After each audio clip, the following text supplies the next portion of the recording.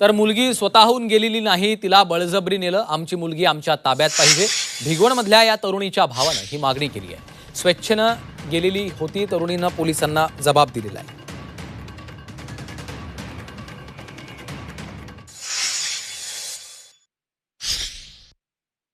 घेऊन गेलेले नाही, तिला बळजबरी घेऊन ओढून घेऊन गेलेले. चटणीचा व्हिडिओ पोलीस स्टेशनला आहे. चिठ्ठीचा व्हिडिओ अख्खा पोलीस स्टेशनला. ज्यावेळेस तिला ते गाडीत टाकलं त्यावेळेस तिथं लोक नव्हते काय की त्यांनी कुठे विरोध केला किंवा तिथं कोणच नव्हते.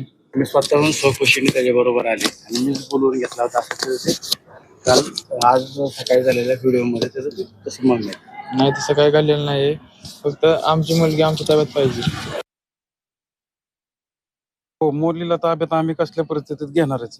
सध्या मुलगी तर म्हणते की मी नाही का ज्याच्याशी लग्न केले त्याच्याकडे जाणार आहे. तर काय नेमकं तर तुमची पुढची भूमिका काय आहे? आमची भूमिका सांगतो, तुम्ही ते पोलिसांनी दोन्ही बी तिचं जी हिडव आहेत ना ती दोन्ही नीट चेक करून घ्या.